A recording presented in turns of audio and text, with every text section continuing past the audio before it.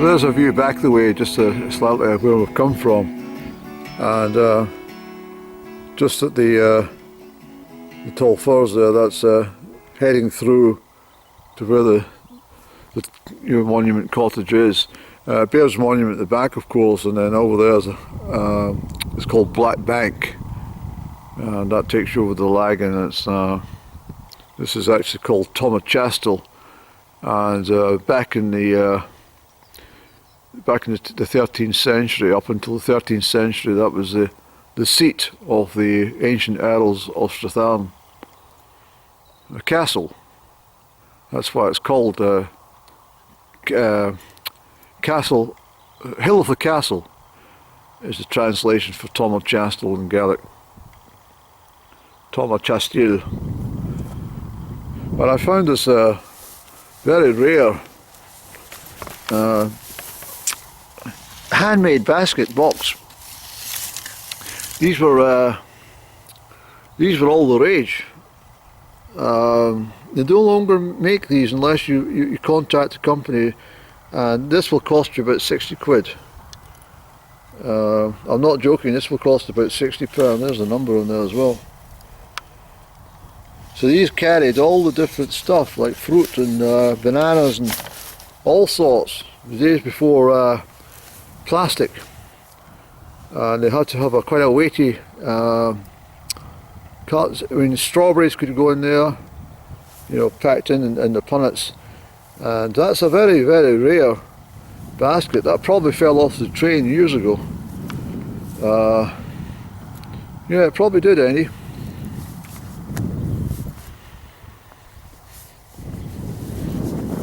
It's a bit misty, I'm afraid, but there's the Aberruchels out in front of us. And I dare say I should come back and really do this in the morning time when the sun's behind us to give you the best views, but well, we'll see. We might do a secondary thing. I might put some more photographs up. Now, if you're looking over there and you think, what the hell's that, Andy? Is that a secondary rail line? No, it's not. That's what we call a levee. And that levee was purposely built, heaped up like that, and that keeps back the River Erne when it's in spate. This will get flooded, and there is talk that this was the original route of the River Erne. I don't know how long ago they're talking about, but certainly it'd probably been about a couple of thousand years ago or more. But this was the route of the Erne. This is the Carse of Trowan, of course. Sadly, the farmer over here, he died just in the last year, 18 months. And he was a well-known chap.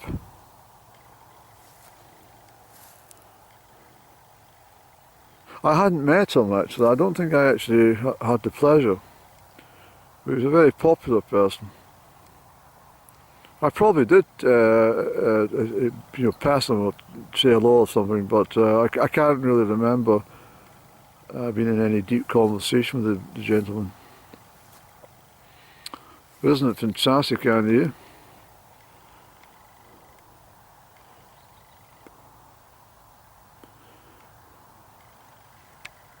I have a photograph of a train here. I must put that up for you.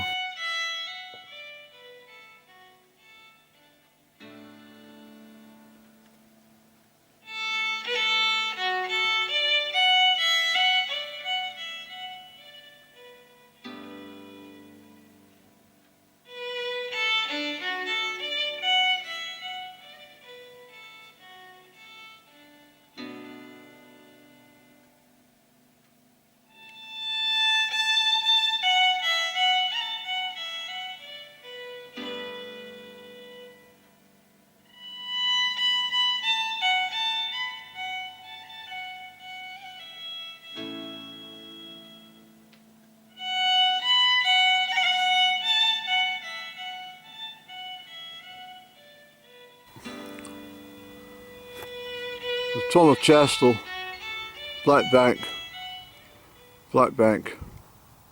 and if you've got a keen eye like myself, I'll zoom in. If you see that big rock up there, can you see it? Is it clear enough for you? That's called Samson's Stone, and it's a big massive rock, and it's been sitting there since the end of the Ice Age.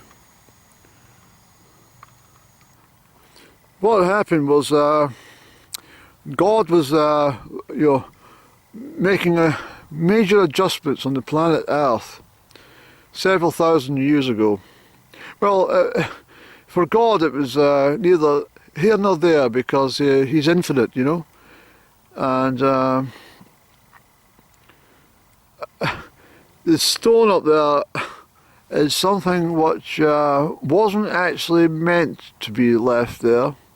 He was making all the adjustments across the whole Strathearn, and he actually dropped that.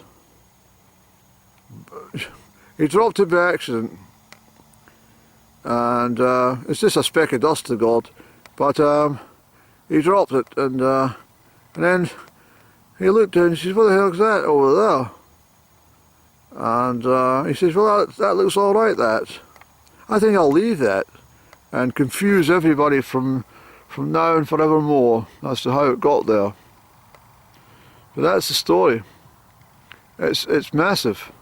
I've been sitting on top of it and everything. It's great. You've got to put a bit of effort to climb onto it. Actually, it's quite tall, but it's very unusual. Samson's Stone, everyone. But look at this. That's the A85 over there, running west, and everything's not very clear today. I'm sorry about this. I mean, the visibility looking back the way is not too bad, but into the sunshine it's a bit hazier, so I'm sorry about this for everyone. I know it's not of great interest, but you can see the big branches and stuff just left lying in the centre of the field. That's from the River Erne over there, which it flows, busts its banks often here, and this could be all underwater for weeks sometimes.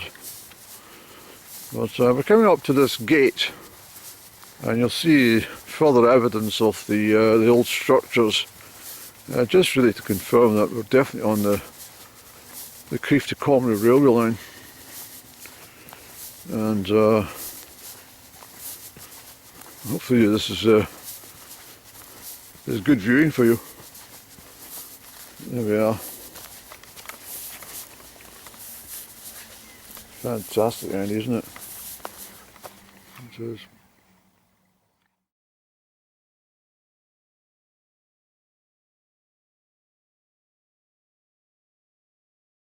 I tell you what, it's very peaceful out here. And over there, on the other side of the River Erne, is the low road to Comrie. And through the gap and up is the Glascory Road, which will take you eventually over to the road that takes you to Ardagh, over the Lang Side as it's locally known. And it's absolutely superb, and I can imagine the the passengers in the 1930s very, very excited about the travel westwards.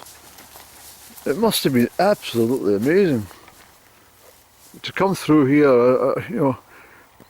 Imagine coming through here when there's the mist settled, the inversion cloud, and the winter's day with the sun breaking through from the east and the red skies, and oh, it must have been absolutely adorable.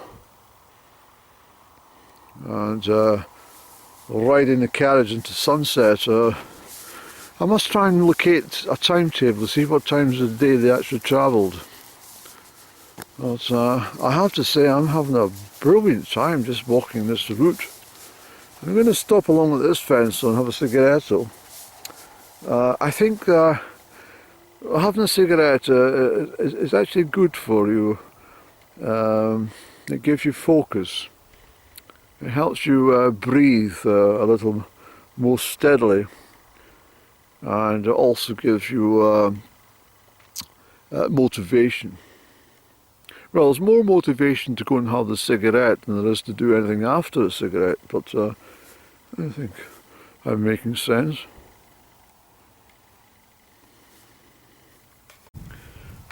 So there's quite clear evidence of the ballast, you know, below foot there. You see the stuff there? And this is the what the lines would have been laid upon. And it's filled with stones. I mean, it's just amazing, and it's great engineering. I mean, the railway engineers were really, you know, good at their job. I mean, they didn't have any drones or any way of getting up to see the best route. They just had to rely on the maps and knowledge, local knowledge. You know, probably a farmer at some point probably said, "Don't put it over there. You bloody get washed away every week in the winter."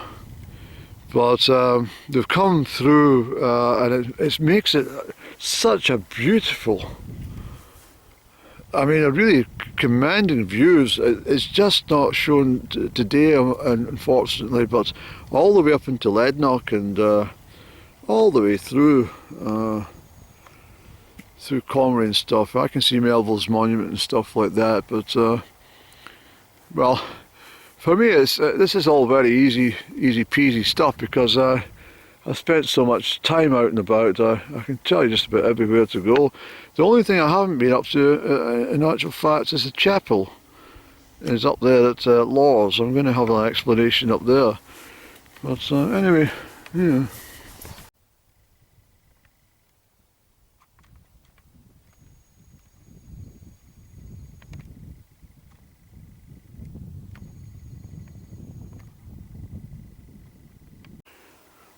So I'm making my way through there's a lot of alder wood here, and alder absolutely loves wet areas, so hence why they're here.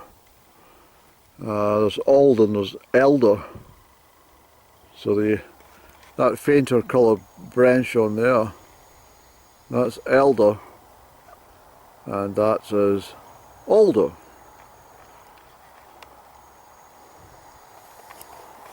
You're getting older, Andy. Yes. I'm getting older.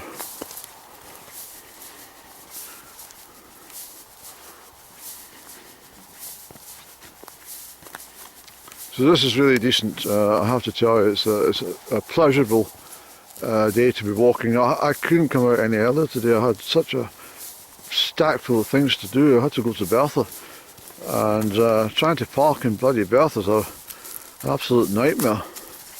It really is. It's shocking. And yeah, I don't like Bertha. Not really.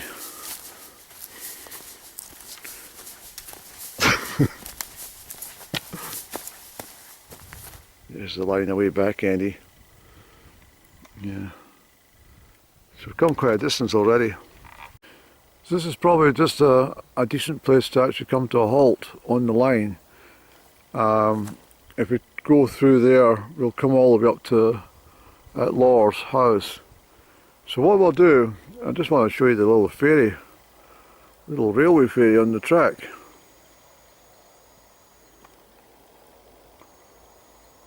You see them?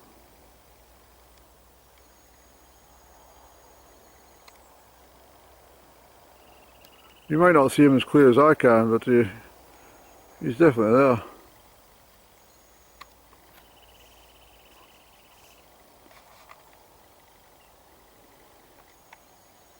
So that's what we'll do. I'm going to follow the fence line. It is lambing season now, so I'm pretty conscious of any any sheep anywhere, then I won't venture, you know, anywhere near them. Perhaps not even into the same field where the lambing's on the go. So we'll check it out, any. One of the reasons I don't do any, excuse me, one of the reasons I don't do any hill climbing in the month of April, which means I have to go through any upland farms, is because there's always lambing, and it's not fair for the sheep or the lambs or the farm or the shepherds or anybody. So this is where we're going, Eddie. So you can see a way out there where I've come from, and I followed it all the way along to the point of the fence here. The rail line continues, sorry about the sunshine, and heads round that bend. There's sheep over here, so I'm not anywhere near them.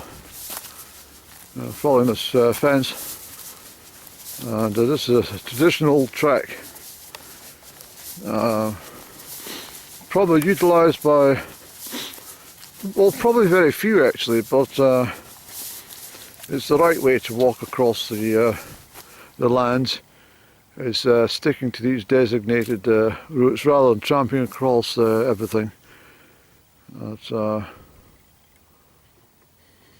So it looks like a lot of this has been water damaged. I would imagine it's been flooded out during the winter, and that's why the grass is struggling to come through, but it will come through eventually. But isn't that perfect? It really is. What a wonderful view. So we'll head up this way. There's a standing stone up here that I want to try and get a picture of, but that is entirely dependent on the amount of livestock which is in the fields. So I can see deer over there. There's a couple of young fallow deer, and there's a couple of straggly sheep up here, but I don't want to disturb them, so I'm going to take myself around the perimeter of this fence and head up to find that standing stone. I think it's in that field just where that bus is coming zooming past. It's 5 o'clock on the dot, Annie. How do you know that? Well, I think it is. Check. Check, will you? Quick. Check, Eddie. Absolutely amazing. I didn't even look. That's amazing, Andy. What a great sense of time. A great sense of geography you have and sound. Hello there, sir. I bet you no one comes to say hello to you, Bobo. But I do. I think you're a lovely old oak tree. And you've been here a long time, sir. Yes. A big lonely tree, eh? It's very nice to see you, Bobo. I'm glad I came across you. Yes. Right, there's the stone up here, Andy. So, I think we'll take that perimeter and follow up. There's a stone up there, Andy. And if we've got time across that road, the busy 85, we'll go up and see if we can find that chapel at Lors. I mean, we're good, what? We must be about four and a half miles outside of Crieff now, on the Comrie side. But it's wonderful. So I've not disturbed any sheep at all, any. And the livestock's on the other side of the burn. We've got a few here, but they're all okay.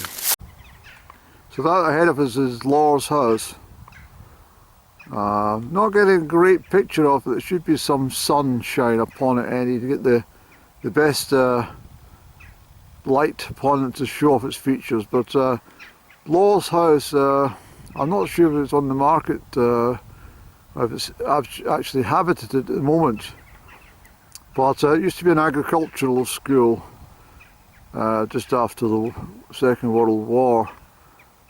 My uncle, who died in Belgium, he made an offer for the place back in the 1960s, before it was reverted back to a residential house.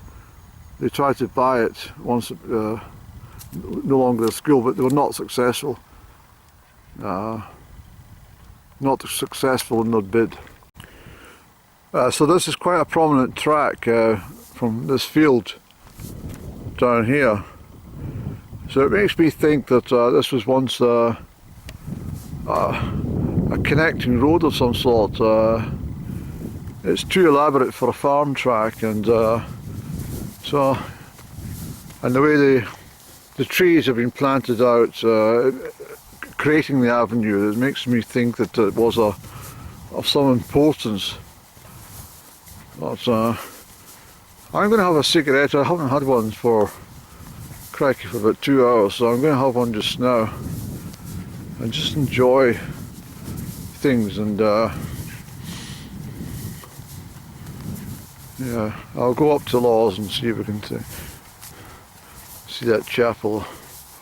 In fact, there's an old burial ground somewhere up there, so I have to go up and see that. I've not been up there to find out, so I may as well just do that just now. Got a couple hours of, well, yeah, we've got 2 hours of daylight, any. Yeah, more than 2 hours actually.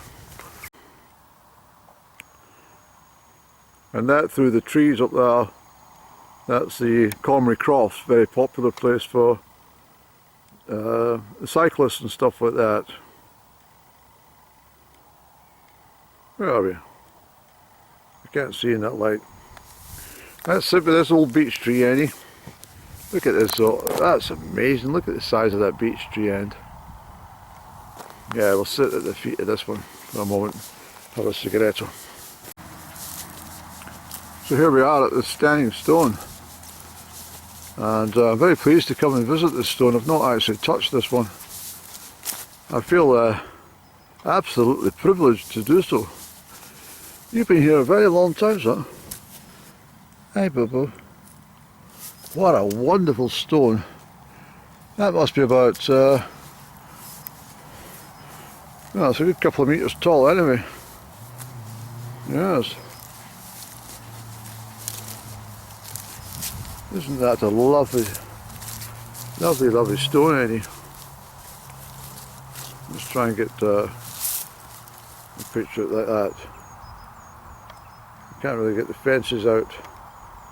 Isn't it beautiful? So we've got a bit nearer Law's house up there, and the busy 85 as well. And of course, the fact that we're in Strathearn, that means that we're going to be encountering a lot of nosy people on the passing carriageway. But I don't care about that. I'm going to go into the gates of Law's, make my way up, and I'll probably be greeted by about 4 Doberman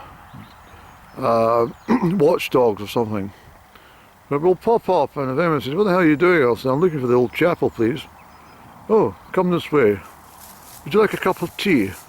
"Yes, and could you give me a couple of slices of fruit scone, please?"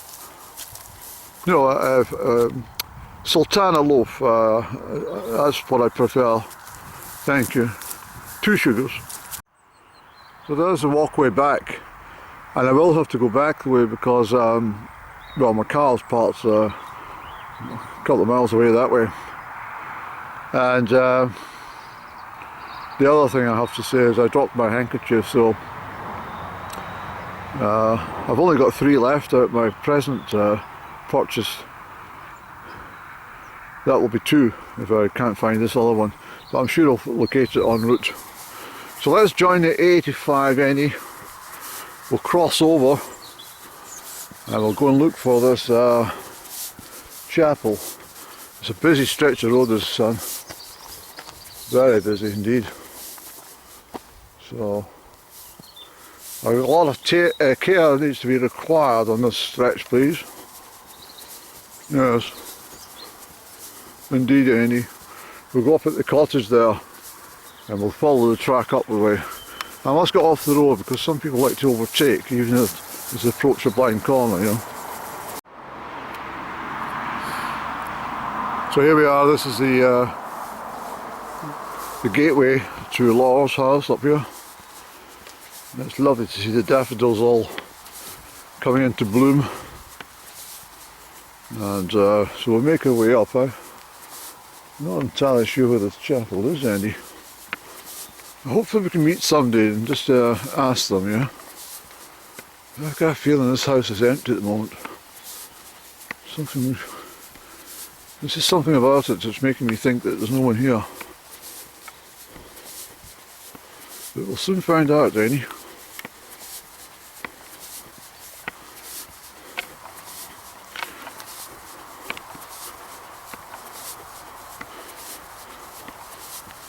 See, they had a lot of common sense as well, because they built these places back, well back from the road, and afforded themselves a little bit of peace from the dashing motor cars.